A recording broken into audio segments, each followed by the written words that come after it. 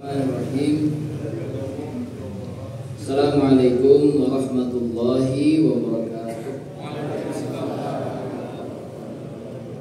Alhamdulillahi rabbil alamin. Assalatu wassalamu ala Rasulillah Muhammadin sallallahu alaihi wasallam wa ala alihi wa ashabihi ajma'in wa ba'd.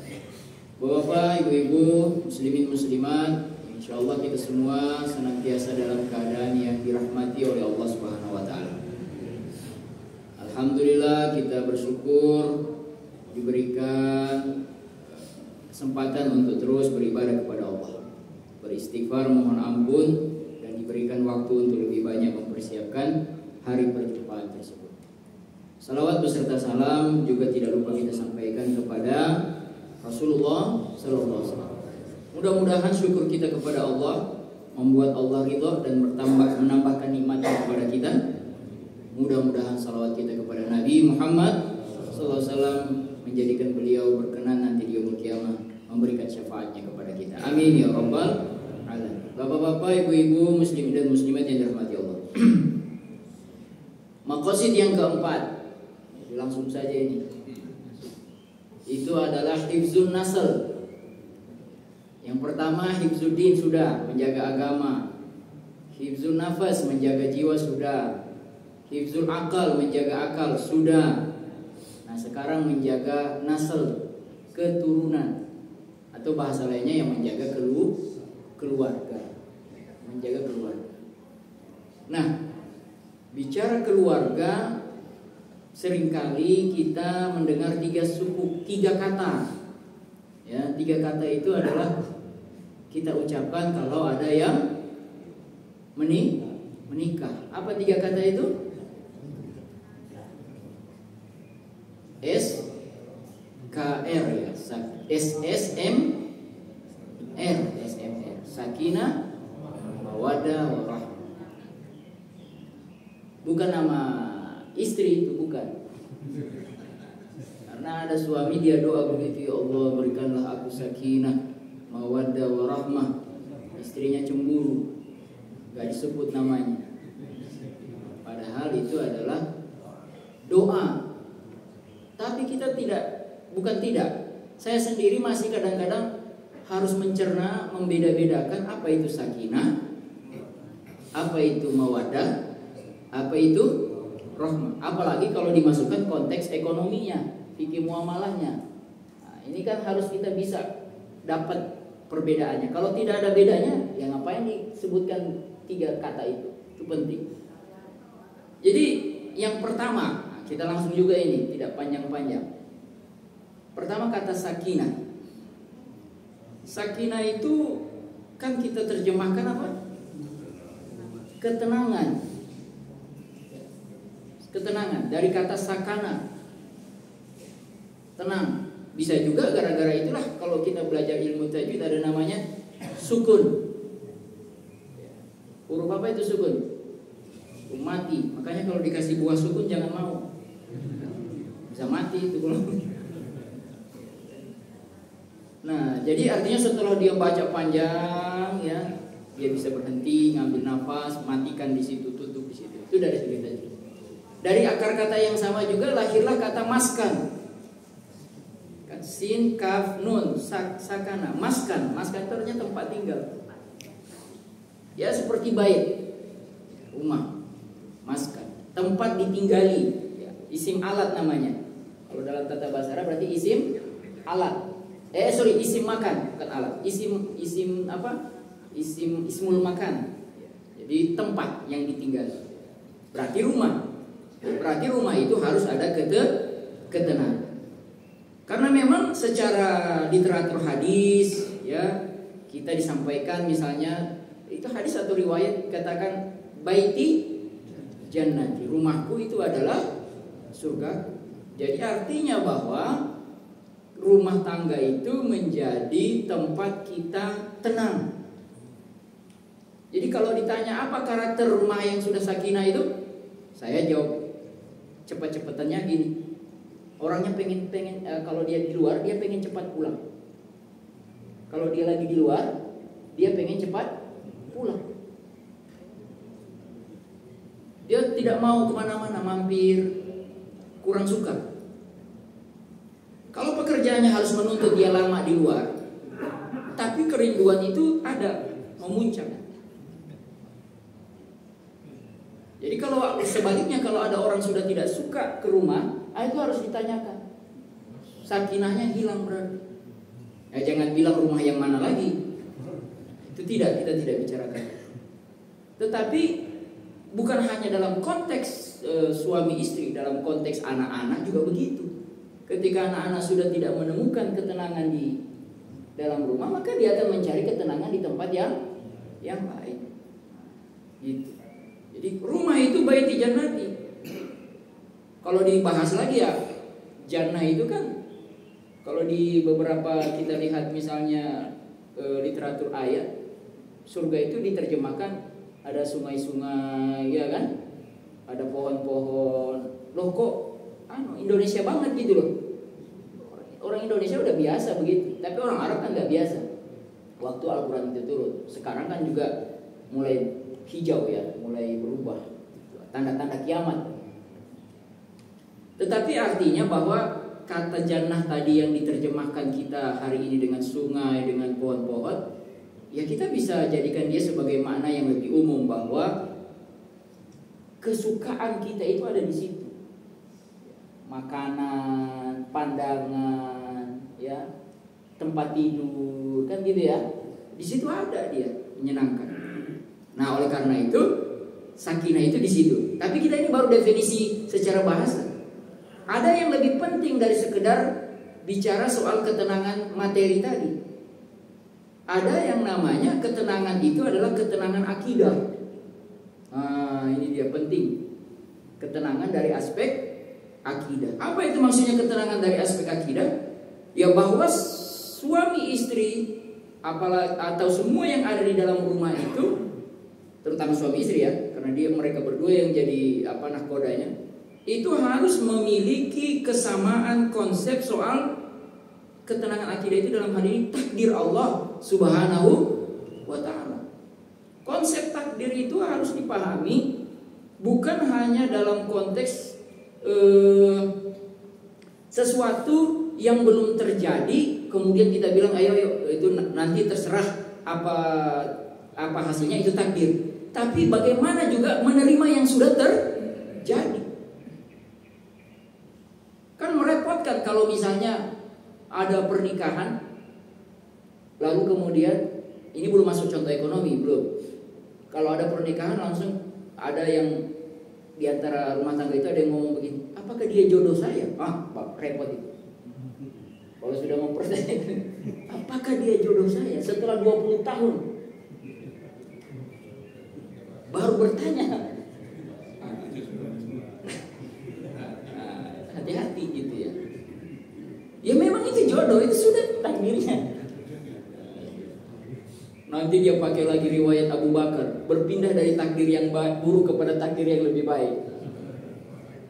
Kan kita tidak tahu yang mana yang baik yang buruk. Makanya Allah sampaikan dalam ayat Al-Quran di Al-Baqarah sekian-sekian itu ya, saya mohon maaf saya lupa nomor suratnya, nomor ayatnya.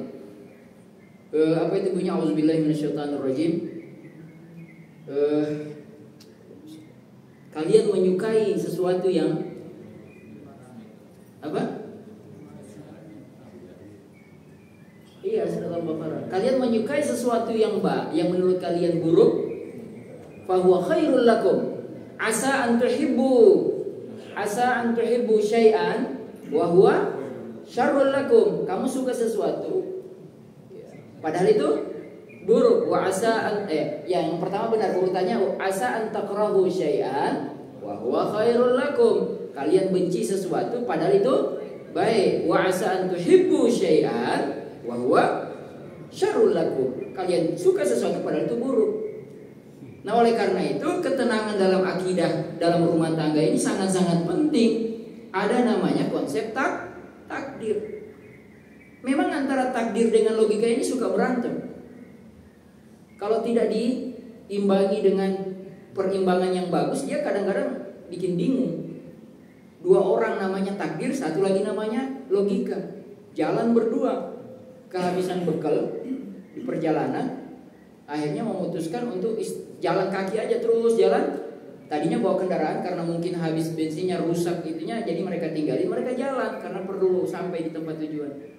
Capek, mereka istirahat. Nah, waktu mau istirahat itu berdebat takdir sama akal. Kata takdir,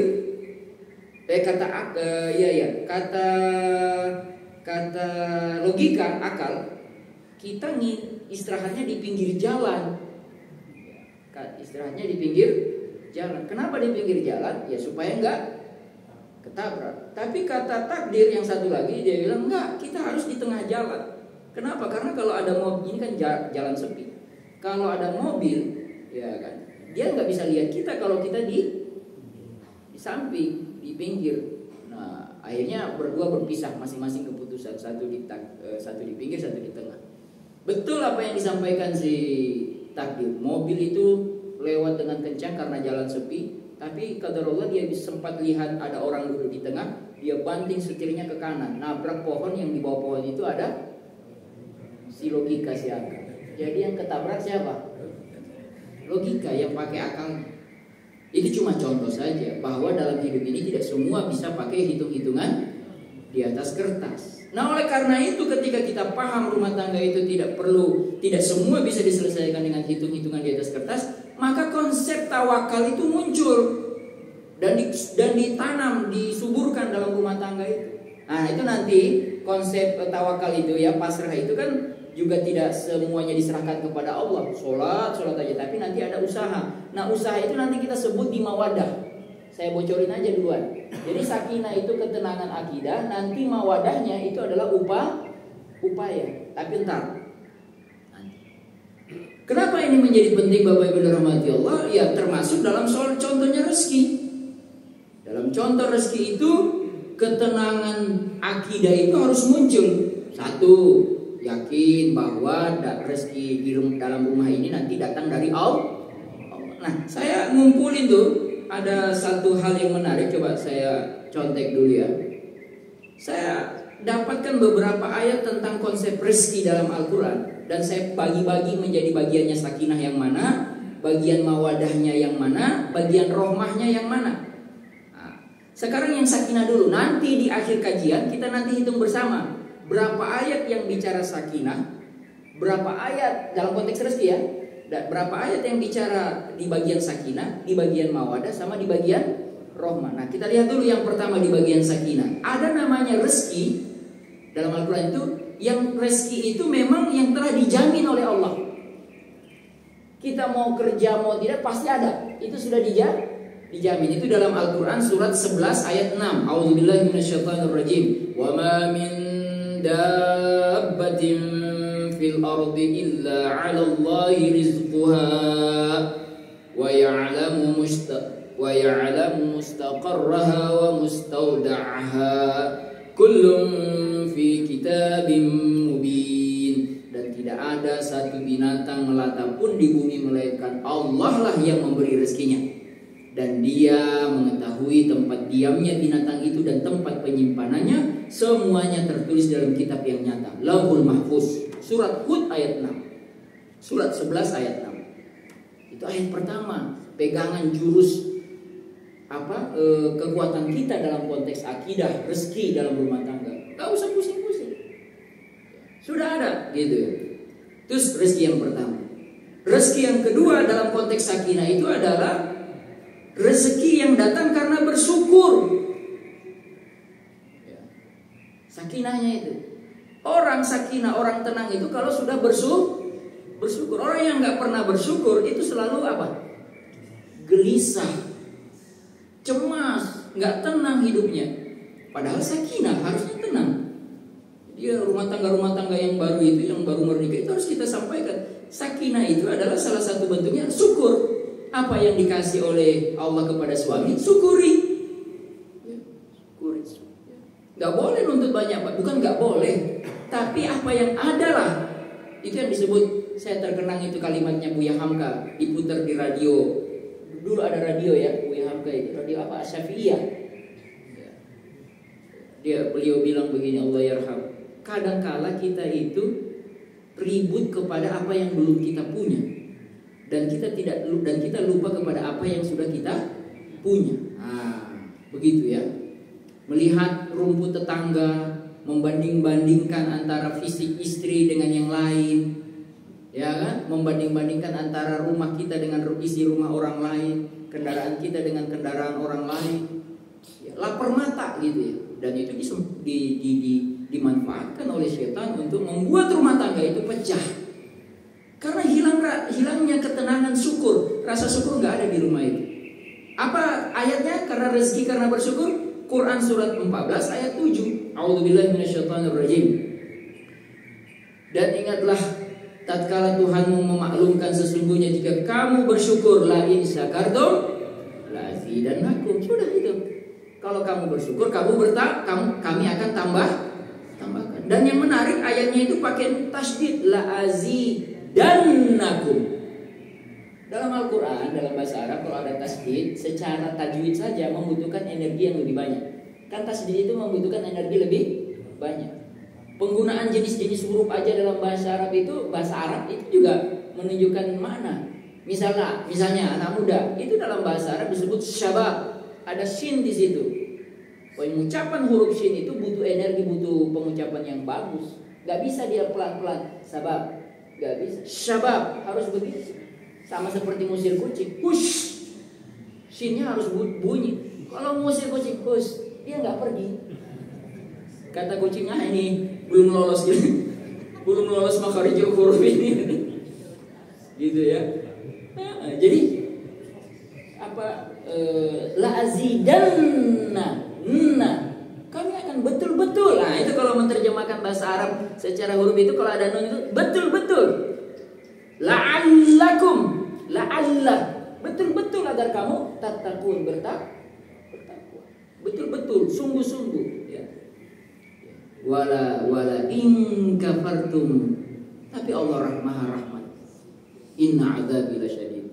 Ya, tapi kalau kamu kufur, azabku pedih, tapi enggak ada tasydid di situ. Ya mudah-mudahan kalau Allah azab pun tidak lama-lama.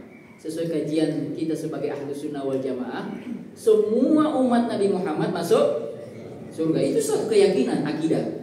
Cuman ada mampir-mampirnya. Nah, persoalannya di situ, mampirnya lama apa sebentar?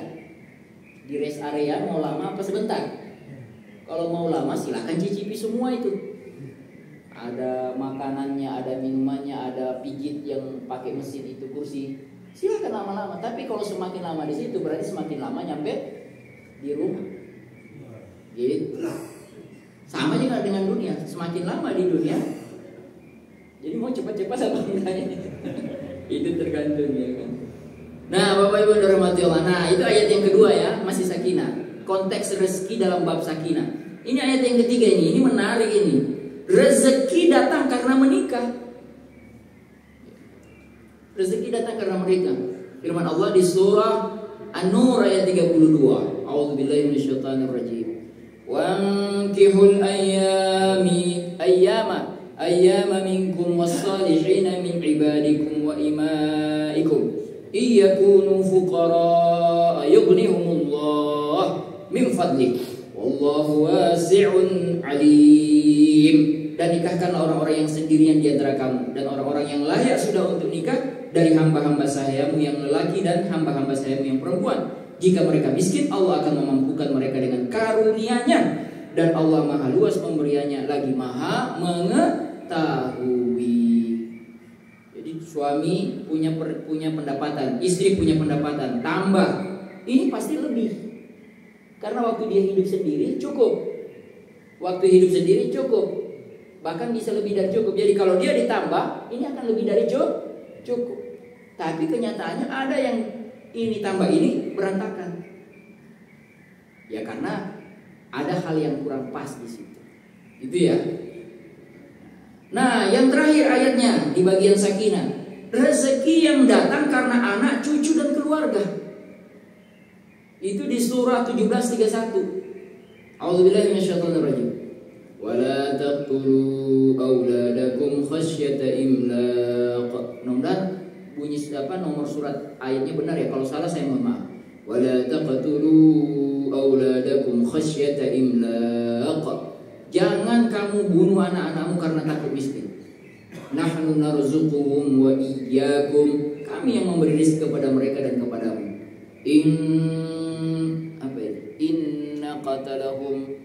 Inna qatalahum kana khit'an kabira. Sesungguhnya membunuh mereka adalah suatu dosa yang sangat besar. Jadi Ustaz, punya anak banyak rezeki. Ya, kalau lihat konteks orang-orang tua kita dulu, banyak anak banyak rezeki. Apakah itu masih berlaku sampai sekarang? Wallahu a'lam. Maksudnya begini, apakah haram hukumnya KB? Ya kalau KB karena takut miskin, bahaya, akidahnya rusak. Tapi kalau dia KB karena untuk mengatur planning, perencanaan, ya nggak ada masalah. Melihat kemampuan kesehatan istri, kemampuan suami, prediksi 10-20 tahun ke depan, aktuarianya, ya ilmunya itu ilmu memprediksi, ilmu merencanakan, kan dilihat itu perjalanannya. Poin-poin itu harus tetap dipertimbangkan. Nggak bisa main banyak anak banyak rezeki, bukan. Ya, apalagi kondisi hari ini. Jadi bukan kita menganjurkan untuk tidak percaya kepada ayat secara 100%, tapi di sini ada yang konteks namanya soal akidah. Kita KB itu bukan takut miskin, tapi kita ingin ngatur. Ya, bagus. Nah, itu ayat-ayat dalam konteks apa tadi, Bu? Sakinah. Ada berapa ayat tuh? Nanti dicatat, diakumulasi 4 ayat. Nah, Bapak Ibu rahmati Allah Subhanahu wa taala. Jadi, ketenangan apa tadi? Ketenangan akidah itu sudah ya, modal pertama ketenangan akidah. Yang kedua juga ada namanya ketenangan emosional.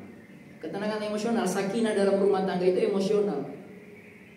Kan datanya Indonesia, Jawa Barat paling tinggi perceraian. Diturunkan lebih detail lagi itu penelitian, penyebab perceraian urutan paling tinggi itu karena kekerasan rumah tangga.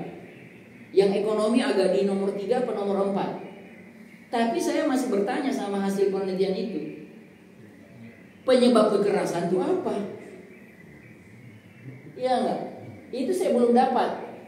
Karena bisa jadi pertanyaan pertanyaan kuesionernya bisa jadi umum, ya, kekerasan, ekonomi, dia bisa begitu. Padahal bisa jadi kekerasan itu munculnya dari persoalan harta, ekonomi.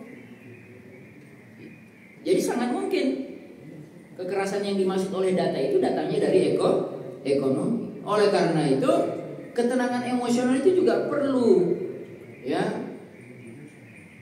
Kita bersyukur alhamdulillah, misalnya rumah tangga kita hari ini masih bisa survive gitu ya, dibandingkan dengan yang lain, ya. Dibandingkan dengan keluarga-keluarga yang lain, ya. Kita banyak bersyukur harusnya. Rahmat Allah, kasih sayang Allah, mudah-mudahan rezeki kita ini menjadi rezeki yang berkah. Bukan sekedar untuk survive di dunia, tetapi juga menjadi survive di akhirat. Itu poinnya sebenarnya. Nah, ketenangan emosional, konflik itu harus dihadapi dengan tenang. Katanya sih Bu ya, katanya dari aspek psikologi, perempuan itu emosionalnya 9, laki-laki 1. Kan begitu ya katanya. Logikanya laki-laki 9, perempuan 1. Ada yang bilang begitu, ada. Seandainya itu benar, seandainya konsep itu benar, maka kalau ada konflik di rumah tangga, istrinya ribut, emosi, terus disambut oleh suaminya emosi, maka yang terjadi sebenarnya pernikahan itu bukan pernikahan antara laki-laki perempuan, tapi pernikahan antara perempuan sama perempuan. Iya, karena laki-lakinya tidak menjadi laki-laki. Ya memang kalau perempuan jadi dia emosi, ya kan ada penelitian itu tadi yang saya bilang 9. Kalau itu pun betul benar. Maka kalau itu benar asumsinya, kalau ribut ada konflik dari istri, berarti laki-laki yang harus meredam. Cara meredamnya kabur dulu. Sementara menenangkan diri, jangan ketemu dulu. Ya, ambil wudhu kalau bisa, ya kan gitu. Habis itu nanti 3 hari atau jangan lama-lama rujuk lagi gitu ya kan, biasa lah.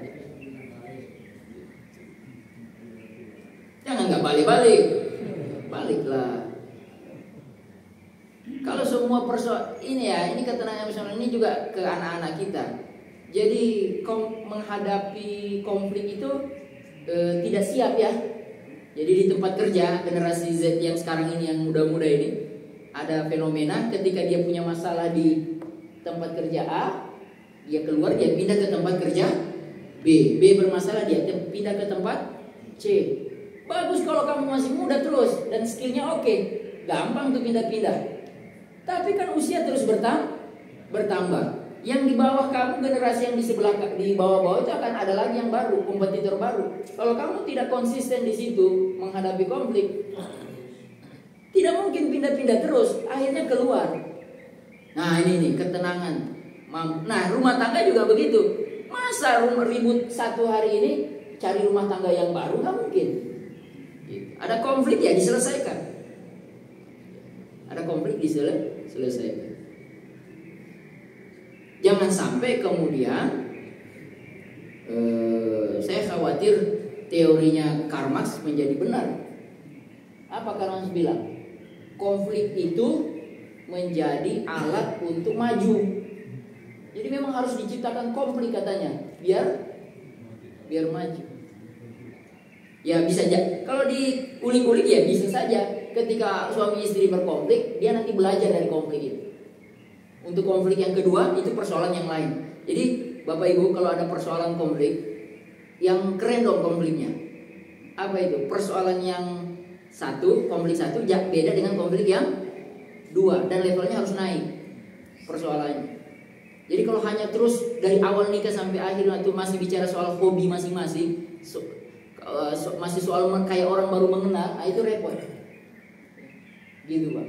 Jadi konfliknya harus naik terus itu levelnya supaya belajar. Nah Bapak Ibu dirahmati Allah Subhanahu wa taala, termasuk ketenangan emosional itu ketika bukan hanya konflik, menghadapi ujian daripada Allah Subhanahu wa taala. Rumah tangga akan diuji. Ya. Apa? Diuji sakit, keluar biaya. Enggak sembarangan itu. Jual aset, tabungan ludes. Nauzubillah min zalik, anak dapat ujian dari anak yang foya-foya. Allahu Akbar, nauzubillah min zalik. Jadi kalau punya anak terus dia tenang, damai di rumah, enggak aneh-aneh, alhamdulillah. Sudah banyak bersyukur. Dibandingkan dapat ujian yang aneh-aneh gitu. Nah, makanya menghadapi ujian itu disikapi dengan qanaah. Enggak gampang melihat tetangga itu rumput tetangga jauh lebih hijau. Qanaah harus muncul qanaah. Suami istri, jangan lapar mata. Jangan lapar mata. Khawatirnya suaminya oke-oke saja, tapi karena istrinya yang lapar mata, yang gak ada qanaahnya, didorong terus suaminya. Akhirnya jatuhnya apa? Korupsi. Didorong terus. Karena memang kesuksesan suami di baliknya itu ada dorongan istri. Tinggal dia dorong ke arah mana? Kanan apa? Kiri. Kan jadi agak lucu juga. Saya agak kesel juga lihat video itu ya, yang korupsi 300 yang divonis 6,5. Sudah lihat videonya? Video pas habis persidangan? Belum lihat? Oh, saya kasih tahu ya. Seingat saya, kalau logika saya tanpa kita lihat video, Bapak kalau ada keputusan hakim dengan konteks 300 triliun dapat vonis 6,5, itu Bapak sikapi sedih apa gembira? Sedih. Di video itu gembira. Semua gembira, peluk-pelukan, nggak ada nangis. Peluk-pelukan, hakimnya juga ketawa gitu. Saya jadi lucu lihat video itu. Jadi ini persidangan. Persidangan apa ini? Kenapa orang jadi bahagia semua? Ya karena mungkin secara alam bawah sadar mereka, alhamdulillah cuma 6,5 tahun. Korupsi 300. Nah ini saya hanya meneruskan netizen. Saya bagian dari netizen, bukan bagian dari mana-mana. Protes aja. mudah-mudahan jadi sampai kepada Pak Prabowo jadi berubah itu hukuman. Nggak ada yang amin ya. Kesel juga soalnya 300 triliun cuma 6,5 tahun. Makanya kan dirampas. Hah? Makanya kan ditarik ya. Cuma berapa itu? Tidak ada berapa miliar. Miliar ke triliun ke miliar itu kan jauh panggang daripada api. Nah, bapak-bapak, ibu-ibu rahmati Allah, kita akan tutup sakinah ya. Bab sakinah kita mau pindah mawadah. Tapi sebelum masuk mawadah, dari mana datangnya sakinah? Itu kita kunci, kita tutup dengan pertanyaan itu. Ternyata datangnya dari mana, Pak? Dari mana? Ketenangan jiwa? Enggak. Iya, kalau berdasarkan penjelasan saya tadi dari ketenangan. Tapi datangnya ternyata dari Allah. Berdasarkan firman Allah, ibu nanti cari sendiri ya ayat surat dan ayatnya. Fa anzalallahu sakinatahu. Nah, itu ayatnya. Al-Fat ayat. Nah, Al-Fat, cari di surat Al-Fat ya. Fa anzalallahu sakinatahu, dan Allah lah yang telah menurunkan ketenangan itu. Lanjutin. Ala rasulihi, kepada rasulnya. Kalau saya belum baca ayat ini asbabun nuzulnya, cuman kayak feeling saya ini ayat kayak dipakai waktu misalnya waktu Nabi dikejar di gua Hira Pastur. Terima wahyu di gua Hira, waktu dikejar di gua Tur sama Abu Bakar. Ketenangan kan ada sama Nabi. Waktu Nabi perang lawan musyrikin, perang pertama Badar, yang ngantuk itu ada sakinah di situ, dibuat tertidur. Nah, nanti tinggal Bapak Ibu balik ke rumah, buka lagi ayat ini, Al-Fat ayat ini. Udah ketemu Bu?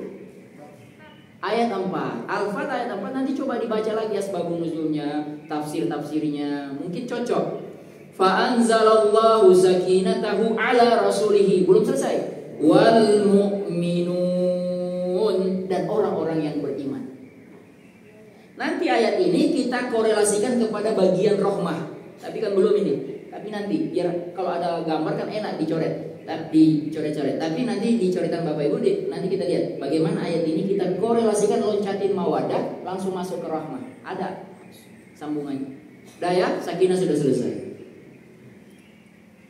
Yang kedua mawadah sekarang. Kita bab mawadah. Apa itu mawadah? Terambil dari akar kata mawad. Ada yang bilang begitu, mawad. Mawad itu apa? Material. Fisik, material. Mawad. Mawad dari kata madah. Mawadah itu dari madah. Madah itu artinya kebendaan, fisik. Nah, jadi kemudian gara-gara dari terjemahan begitu, muncullah pendapat cinta yang muncul dari mawadah itu adalah cinta yang muncul berbasis indrawi. Indrawi, lihat, dengar, rasa. Apa yang dilihat? Wajah. Ya. Pokoknya yang dirasa. Warna, rambut panjang, hitam, gemulai, fisik. Yang gitu ya? Fisik. Ramping, pokoknya semua fisik. Nah, oleh karena itu harus hati-hati kalau baru sampai di mawadah, karena kita mau sampai di finishnya di rahmah. Karena kalau cinta hanya berdasarkan berbasis indrawi, sangat besar kemungkinan akan hilang, betul gak? Akan hilang. Kalau cintanya muncul karena wajah, semakin tua hilang. Kalau hanya karena harta, kan dilihat harta itu, dirasakan. Kalau hilang hartanya, habis. Berapa banyak suami dibuang? Kan ada kasus-kasus ditinggalkan. Waktu sukses, abang punya apa itu kata orang itu? Ada uang, abang disayang. Gak ada uang, abang melayang, dibuang. Ada kejadian. Itu bukan kata-kata biasa aja, faktanya ada kok. Gak sanggup, istrinya gak sanggup. Aduh, saya gak sanggup bertahan hidup dengan kamu. Tapi itu perlu diteliti kasus per kasus juga. Jadi hati-hati kalau cintanya baru di mawaddah. Makanya kenapa hadis Nabi dalam konteks menikahi perempuan ataupun sebaliknya, walaupun nggak ada hadisnya untuk laki-laki, masih ingat? Tunkahul mar'ali arba, wanita itu dinikahi karena 4. Urutan pertama, saya rujuk ya. Dulu saya bilang yang pertama itu kecantikan, tapi setelah saya cek ulang, yang pertama itu dalam banyak versi ternyata yang duluan itu adalah lina. Allahumma sholli ala Muhammad. 5 liha. Mudah-mudahan saya tidak salah lagi. Hartanya. Di beberapa versi riwayat itu sepakat 5 liha. Nah, nanti yang di urutan kedua itu yang berdebat. Ada yang nasab, ada yang cantik. Oke lah ya. Jadi yang pertama 5 liha hartanya.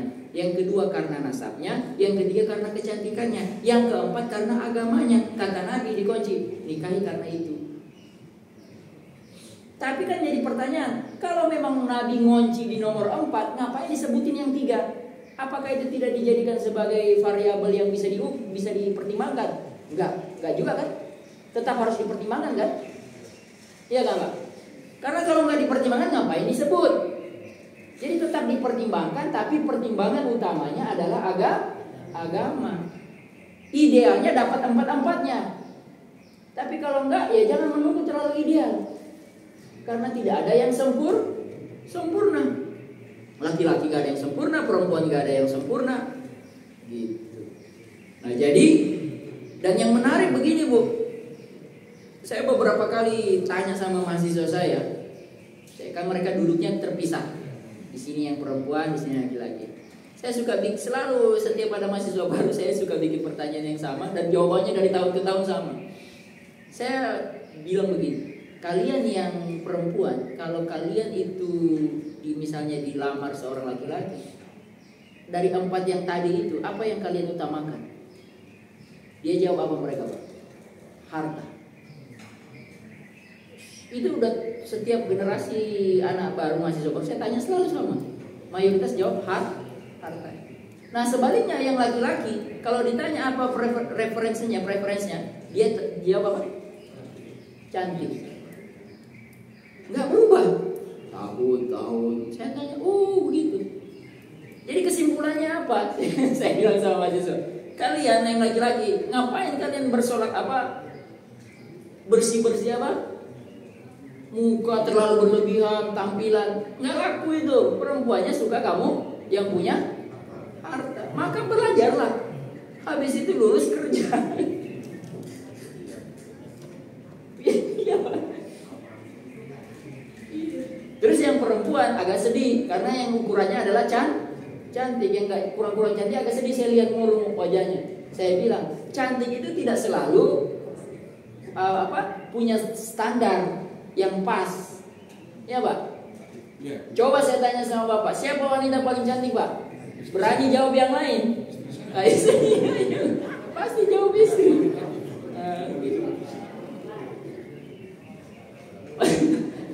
Jadi pandangan pandangan laki-laki atau suami kepada istri itu Allah yang tanamkan. Oleh karena itu kalau Bapak nanya, termasuk ini nasihat untuk saya pribadi, hati-hati kalau kita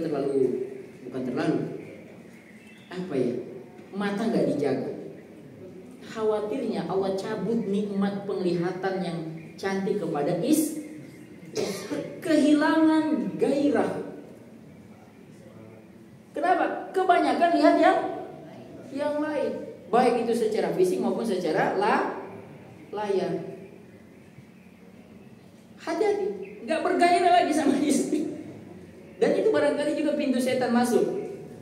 Nah, oleh karena itu seorang ulama ketika ditanya oleh muridnya atau siapa waktu itu, bagaimana caranya? Kenapa sih? Caranya tundukkan pandangan supaya Allah tambahkan nikmat kecantikan itu dalam pandangan. Ini cuma soal pandangan saja. Dan setan paling jago memanipulasi itu. Ya enggak? Paling jago dia bikin. Ya. Dan setan sudah berubah wujud sekarang. Kalau bapak-bapak masih ngebayang-bayang gimana caranya setan bikin sesuatu yang jelek jadi cantik, sekarang setan sudah real. Pakai apa? AI. Sekarang setan itu sudah wujud AI. Ya betul Pak ya? Itu yang kita lihat di layar-layar itu jangan-jangan AI semua Pak. Wah, padahal AI buatan. Jadi mari kita lihat mari kita jaga sama-sama pandangan kita ya. Cuman agama kita ini saya bilang selalu saya ulang-ulang, adil. Ideal, adil dan ideal. Ketika laki-laki disuruh tahan pandangan, istri dalam sebaliknya juga disuruh untuk menjaga, bersolek hanya untuk suaminya. Nabi kalau pulang dari kemana-mana, pulang masuk ketemu istri, dicium istrinya. Cuma kan kita kalau meniru hadis sunnah itu, pas kita pulang datang dia masih dari dapur bau asap, yang mau nyium juga agak gimana gitu ya kan. Jadi harus ideal. Kita mau sunnah yang ini, ikuti dengan sunnah yang ini, yang sebelahnya. Jadi pas gitu loh. Tapi kata istrinya, bagaimana saya mau ideal? Kamu datangnya tiba-tiba, ngejebak. Makanya Nabi waktu pernah ada satu riwayat pulang dari perang, dalam riwayat itu Nabi suka menahan pasukan itu beberapa waktu di depan pintu Madinah, nggak masuk dulu, ditahan, dikasih tahu dulu ke rumah-rumah itu sudah mau datang suami-suami kalian. Itu Nabi, jadi ditahan dulu. Setelah sudah ready siap, terus silakan, baru. Gitu. Jadi jangan tiba-tiba bapak juga mau ngejebak sama istri, enggak lah, saya mau pulang. Bapak Ibu rahmatullah, cinta itu harus dirawat. Nah, karena ini mawadah, cinta yang berasas materi harus dirawat. Bapak terus tetap bekerja keras karena materi. Anak-anak harus sekolah. Cinta anak-anak akan tumbuh juga karena apa? Dia difasilitasi, disayangi. Dia pengen sekolah yang bagus, ada. Dia pengen guru yang bagus, ada. Dia pengen pakaian yang baik, ada. Bapak yang kerja keras. Makanya kenapa berbanding lurus dengan semua laki-laki yang bekerja keras. Setiap suapan kata Nabi yang masuk ke dalam mulut istri dan anak-anaknya, itu bukan sekedar dihitung kewajiban, sedekah Pak. Ini bapak-bapak sedekah semua terus ini. Setiap sen yang bapak-bapak kasih itu sedekah Pak. Berdasarkan hadis itu. Senang kan jadi laki-laki? Makanya ar-rijalu qawwamun itu sudah paling tinggi itu Pak. Nah oleh karena itu ikuti dengan upaya. Kalau selama ini baru pintu rezeki baru kebuka satu, buka lagi yang lain. Terus jangan bilang saya sudah sampai di sini, enggak, terus aja. Anggap itu sebagai bagian daripada ibadah. Gitu Pak. Termasuk Bapak menjaga kesehatan Pak. Jangan dirusak tubuhnya, nanti cepat masuk rumah sakit Pak. Kalau sudah masuk rumah sakit, siapa yang melanjutkan ini nakoda ini? Ayo semangat berolahraga dalam niat innamal amalu binniyat untuk kehidupan akhirat, keluarga juga terus gitu ibadah. Termasuk mohon maaf kebalikannya, jangan dirusak, wala tuhliku anfusakum, jangan rusak dirimu, begadang, konsumsi makanan yang enggak sehat. Apa? Ya saya tidak sebut, Bapak yang sebut. Iya kan? Ya usaha, upaya untuk intinya begitu. Cinta harus dirawat. Nah, karena waktu saya tidak mau lama-lama karena sebenarnya di bab ini, oh iya saya lupa ayatnya ya. Ayat untuk di bagian apa tadi? Mawaddah. Cuma satu. Rezeki karena berusaha. Itu judulnya ayatnya. 53 ayat 39 sampai 41. Surat 53 ayat 39 sampai 41. A'udzubillahi minasyaitonir rajim.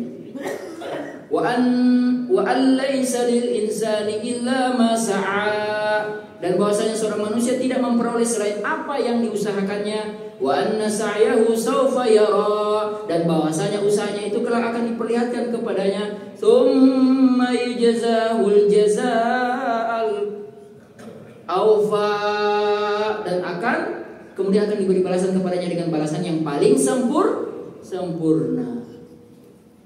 Jadi sesuai dengan apa yang kita upayakan. Semakin kuat upaya, semakin apa yang Allah kasih. Cuma satu. Kita tutup bab mawadah. Kita masuk ke bab rohmah. Apa itu rohmah? Hah? Kasih sayang. Bukan mawadah yang cinta materi ya. Ya, berarti memang kebalikannya. Mawadah, kalau mawadah cinta yang berbasis indrawi, maka rohmah itu adalah cinta yang berbasis non indrawi. Dia sudah tidak berbasis ukuran pandangan. Sudah lewat level itu. Dia sudah pakai itu. Ya Allah juga yang kasih masuk dalam hati kita. Ya. Sudah berbasis kasihan, iba. Jadi kalau tadi saya bilang berapa banyak suami-suami yang dibuang, ada juga kasus yang sebaliknya, istri-istri yang merawat suami, atau sebaliknya, suami-suami yang tetap setia terhadap istrinya yang sakit, yang dirawat. Itu dia sudah masuk bab rohmah itu. Kalau nggak ada rohmah dalam rumah tangga, hanya mawadah, sakit tinggal, hilang uang tinggal, miskin tinggal, anak buang. Itu ya, coba lihat, anak dibuang-buang. Jangankan sampai rohmah, sakinahnya aja itu karena mereka belum, makanya dibuang, karena nggak siap. Planningnya sakinah, ketenangan itu nggak ada. Ketenangan kan disiapkan juga, dimuncul karena persiapan juga. Nah, berbasis non indrawi dan kasih sayang akan semakin erat dan kuat seiring waktu dari ujian-ujian yang telah berhasil mereka lalui bersama. Nah, karena waktu juga, ya benar ya, tinggal berapa menit? Masih lama? Oh, nanti tanya jawab aja ya. Materi saya mau habis. Tapi, oh ya, ayat tentang Roma panjang banyak, Bu. Jadi, rohmah itu kalau ditanya bagaimana cara merawatnya, simple. Karena dia berbasis non indrawi, tidak bisa disuplai, dikasih asupan harta, dikasih asupan kesehatan, enggak, dia enggak main itu. Apa Bu? Murni. Bagaimana cara merawat yang murni ini? Rohmah ini, cara merawat rohmah adalah dirawat dengan ibadah dan ketaatan. Hanya itu. Hanya itu. Baru muncul itu, baru Allah kasih turun dari atas sana ke dalam rumah-rumah itu. Rumah-rumah yang jam-jam 2, jam 3 itu ada yang bangun di dalam rumah itu. Syukur-syukur dua-duanya bangun. Syukur-syukur keluarganya semua bangun. Kalaupun tidak, mesti ada satu yang bangun. Ya kalau dalam pandangan saya, ya harus bapak-bapak yang bangun. Tidak bisa bapak-bapak tidur lelap di jam-jam itu. Karena bapak-bapak kewamunnya itu, pemimpin, menarik aura-aura dari langit itu turun. Tarik dia dengan tabarak, surat tabarak. Tarik dengan surat yasin. Tarik dengan zikir istighfar 100 kali. Semua, macam-macam lah, silakan pilih gaya masing-masing. Di dalam rumah itu ada Quran yang dibaca. Istri, anak baca. Di dalam rumah itu tidak ada maksiat. Tidak ada maksiat. Tidak ada patung, dihindari. Ya, tidak ada benda-benda yang Allah bikin murka gitu ya. Dan ini kalau kita bahas bisa panjang. Tidak ada ipar di situ. Karena filmnya muncul. Ipar adalah maut. Itu film itu dari hadis. Kan Nabi bilang ipar itu maut dalam hadis. Hati-hati. Kalaupun ada yang bantu di rumah, dibuat supaya kamarnya beda, ya kan Pak? Anak laki sama anak perempuan yang sudah mulai tumbuh dipisahkan. Makanya kenapa kamar harus ada lebih dari satu atau lebih dari 2? Karena nanti kalau punya anak laki, punya anak perempuan, pisahkan. Ya kalau lihat redaksi hadisnya, pisahkan tempat tidur, bukan pisahkan kamar. Artinya kalau memang kamar cuma satu, tempat tidurnya tempat satu kasur, semua tumplek-blek di situ, yang laki yang perempuan. Ini Nabi yang cerita, Nabi yang bilang. Dan itu harus berarti persiapan finansialnya juga harus benar. Mawadahnya tadi kan dilewatin kan Pak? Sakinah, mawadah, muncul rahmah. Rahmah itu ketaatan, ketaatan yang variabelnya juga diukur dari sini munculnya. Gitu. Tidak ada patung, itu semua kita bahas. Aurat dijaga. Saya nonton videonya siapa? Ibu siapa? Saya pokoknya itu ada psikolog. Ternyata berdasarkan firman Allah di surat An-Nur ayat sekian itu, saya lupa catat. Waktu dengar video itu saya lupa catat.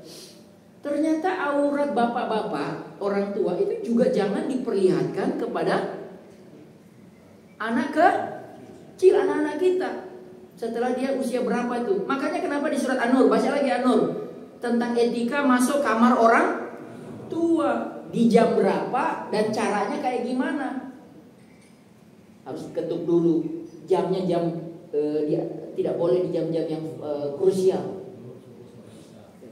Bapak ibu juga harus preventifnya ada, bukan hanya kuratifnya tapi preventifnya yang harus kunci.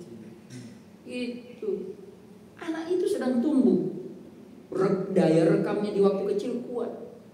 Nah, Al-Quran sudah suruh cara berpakaian. Ibunya kalau dari kamar mandi tidak boleh hanya bapak di dalam rumah itu buka baju sana kemari. Iya, nanti ditiru. Apalagi kalau punya anak perempuan, kita jaga itu, kita jaga. Ya kalau terlewat sekali dua kali karena nggak sengaja nggak apa-apa. Tapi maksud saya pikiran itu harus muncul, ya kan? Ya. Jadi kamar mandinya juga ternyata suami istri kamar mandinya idealnya berarti harus ada di dalam. Bagaimana dengan kamar mandi bersama? Nah, dijaga juga. Anak-anak bilang begini, kalau masuk kamar mandi mau mandi, bawalah baju ganti di sana. Langsung ganti di dalam, nggak usah ganti di luar. Itu kita bisa dididik dari kecil. Ya, jadi ibadah. Suami jaga pandangan. Tadi yang saya bilang, suami jaga pandangan. Kalau suami sudah jaga pandangan, rahmah sudah turun itu. Suami jaga pandangan, istri jaga kehormatan, ibadah bersama, hadiri majelis ilmu bersama-sama, biar rahmahnya turun. Nah, kita langsung ke ayat-ayatnya. Rahmah ya, ayat-ayat yang muncul di bab rahmah. Pertama, ayat rezeki yang muncul dari sedekah. Karena sudah di rahmah itu kan kasih sayang. Jadi bukan cuma di rumah tangganya, tapi sudah dengan familinya, dengan orang lain. Rezeki dari sedekah. Surat 2 ayat 245. Nah, man zallazi yuqridullah qardan hasana. Siapa yang mau minjemin Allah dengan pinjaman yang baik? Berarti rumah tangga kita ada pendidikan, namanya pendidikan berbagi. Bukan soal nominal, tapi soal lifestyle. Anak laki-laki dibawa sholat subuh, anak laki-laki dibawa ke masjid Jumatan.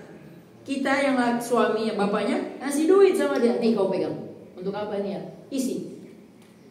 Jadi dari kita, tapi dia yang isi ke kotak itu di subuh-subuh hari itu. Isi. Di Jumatan itu yang keropak lewat, dia yang isi. Tumbuh besar dengan, bapak saya selama saya kecil, seingat saya setiap subuh, setiap Jumat dia ngasih. Tambah lagi, ada kebiasaan sebulan sekali bagi-bagi di yayasan tertentu, bawa bersama istri, bawa anak. Dia terekam itu, bapak ibu saya begini. Dia teruskan nanti kebiasaan baik itu. Ya. Ayatnya itu kalau diteruskan, maka Allah akan melipat gandakan pembayaran kepadanya. Rezeki yang datang karena sedekah. 2, di bab mawadah. Rezeki yang datang karena istighfar. Di surat 71 ayat 10 sampai 12. Wa ma kana Allahu li'azzibahum wa anta fihim. Allah tidak akan mengazab mereka sedangkan kamu wahai Muhammad berada di antara mereka. Wa ma kana Allahu mu'azzibahum wa hum yastaghfirun. Dan Allah tidak akan mengazab mereka sedang beristighfar. Wa ma lahum alla yu'azzibahum Allah wa hum yasuddun 'anil masjidil haram wa ma kanu awliya inna awliya'u illa al-muttaqun. walakin aktsaruhum la ya'lamun. Qul inni umirtu an a'budallaha mukhlishan lahuddin. Artinya apa? Kalau dengan istighfar azab itu tertolak, berarti kan rezeki itu bukan lawan dari azab. Makanya istighfar dibanyakin di situ. Tadi yang saya bilang, bapak-bapak bangun tengah malam, menarik magnet itu dari lewat istighfar. Istighfar, turun dia. Terus yang ketiga, rezeki yang datang karena tidak terduga. Itu di surat apa, Bu? At-Tolak, betul ya? Ayat 3. Baru ngeh ya sekarang kenapa ayat rezeki yang datang dari tempat yang terduga itu ada di surat At-Tolak. Tahu kan surat At-Tolak artinya apa? Surat perceraian. Tapi kenapa ayat tentang rezeki ada di situ? Bahkan di ayat awal 1, 2, ayat 2 dan ayat 3 di surat At-Tolak. Bunyinya adalah wa may yattaqillaha yarzuqhu min haitsu la yahtasib. Ternyata rumah tangga itu modalnya tadi yang Roma itu dipancing dengan ketakwaan, ibadah dengan ketakwaan, supaya dia tidak pecah. Makanya Allah taruh di surat At-Tolak supaya jadi pembelajaran di ayat 2, ayat 3 baru ayat-ayat awal. Kenapa ada di surat ini ya soal tentang rezeki? Ternyata itu menurut saya tadabbur saya adalah kita butuh rezeki, kita butuh mawadah materi. Nah, cara mancingnya adalah dengan takwa. Maka relevansinya dengan yang awal tadi sakinah. Fa anzalallahu sakinatahu ala rasulihi wal mu'minin. Allah akan turunkan sakinah itu kepada Rasul dan kepada orang beriman. Modalnya di situ sakinahnya, supaya nanti rohmanya gampang muncul.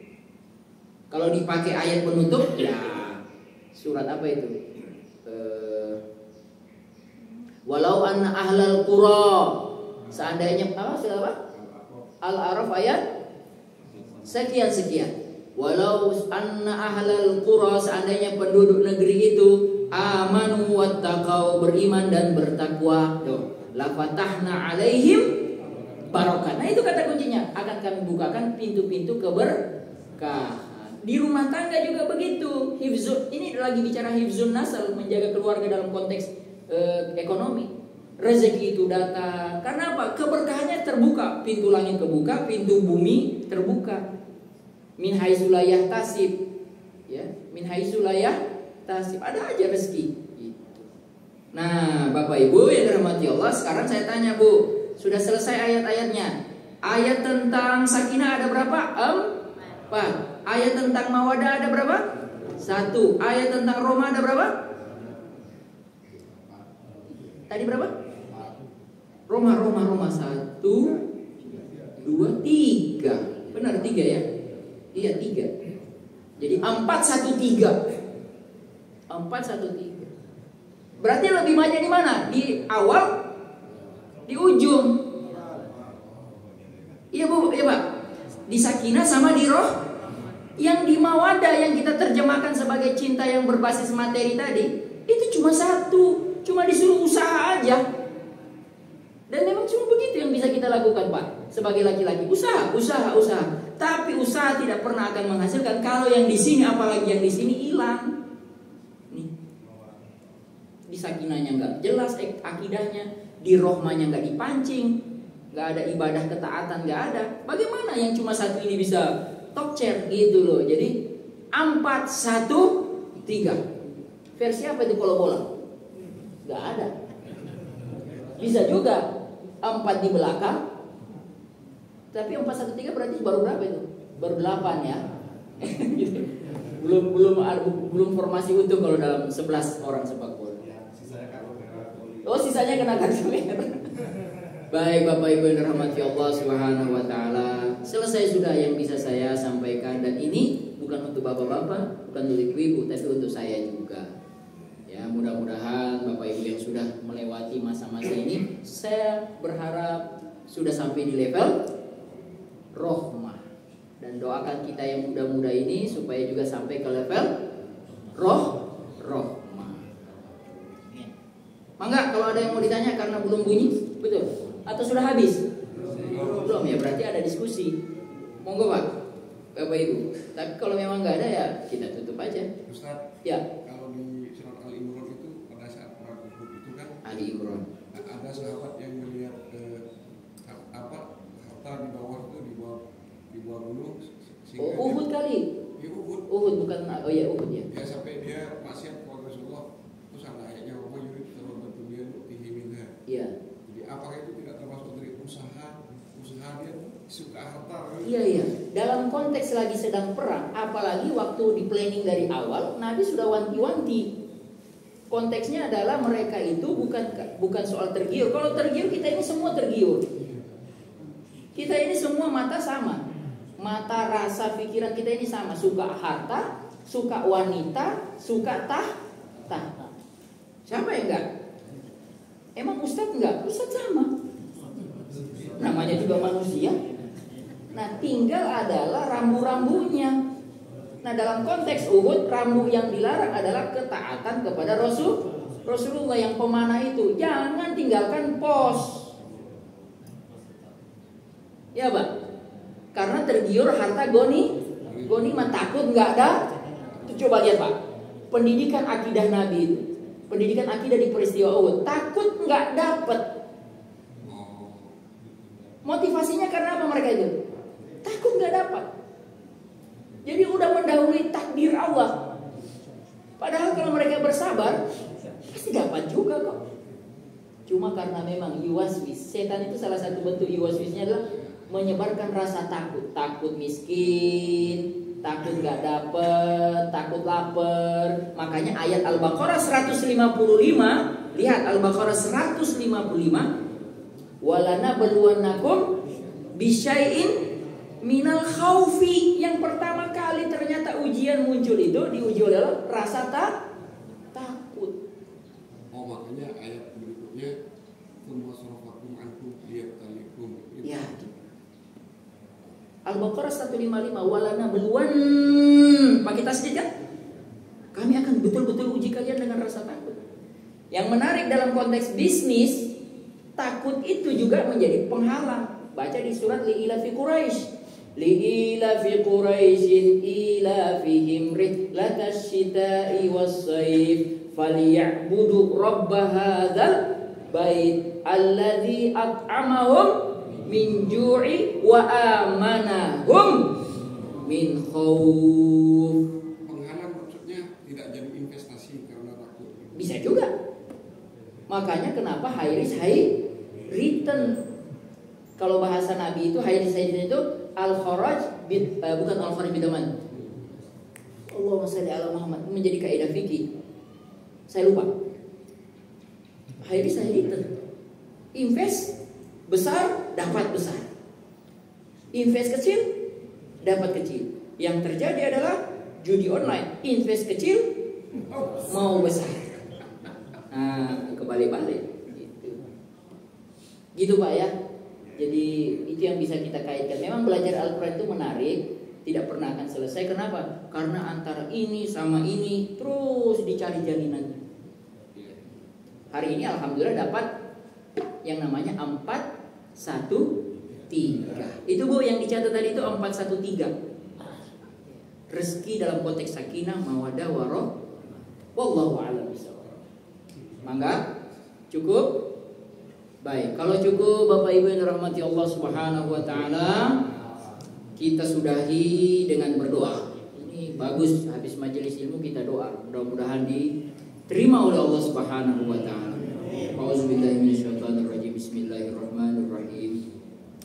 Alhamdulillahi rabbil alamin, hamdan naimin, hamdan syakirin, hamdan yuafi ni'amahu wa yukafi'u mazidah. Ya Rabbana lakal hamdu kama yanbaghi li jalali wajhikal karim wa 'azimi sultanik. Allahumma salli wa sallim wa barik ala sayyidina Muhammad salatan tunjina biha min jamil ahwali wal afat wa taqdi lana biha jamil hajat wa tutahhiruna biha min jami'is sayiat wa tarfa'una biha indaka a'lad darajat wa tuballighuna biha aqsal ghayat min jamil khairat fil hayati wa ba'dal mamat. Allahumma ighfir lana dzunubana wa liwalidina warhamhuma ya Allah kama rabbawna shighara. Allahumma ighfir lil muslimina wal muslimat wal mu'minina wal mu'minat. Rabbana ij'alna muslimin laka wa min zurriyyatina rabbana wa taqabbal du'a. Rabbana hab lana min azwajina wa zurriyyatina qurrata a'yun waj'alna lil muttaqina imama. Allahumma faqihhum fid din wa 'allimhum ta'wil waj'alhum minas salihin was salihat. Allahumma yassir umurana wa umurahum. Allahumma sahhil umurana wa umurahum. Allahumma sallimna wal muslimin washfi mardana wa mardal muslimin. Allahumma ansur ikhwanana al mustad'afin fi Palestin. Allahumma izzal islam wal muslimin.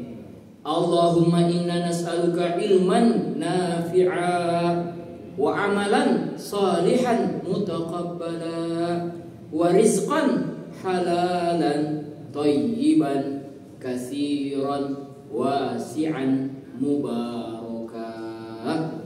Allahumma khtim lana bi husnil khatimah wa la takhtim alaina bi su'il khatimah. Rabbana taqabbal du'aana taqabbal taubatana innaka antat tawwabur rahim. Rabbana atina fid dunya hasanah wa fil akhirati hasanah wa qina adzaban nar. Wa sallallahu ala nabiyyina Muhammadin nabiyil ummi wa ala alihi washabbihi ajma'in walhamdulillahi rabbil alamin. Subhanakallah bihamdika asyhadu an la ilaha illa anta astaghfiruka wa atubu ilaik. Assalamualaikum warahmatullahi wabarakatuh.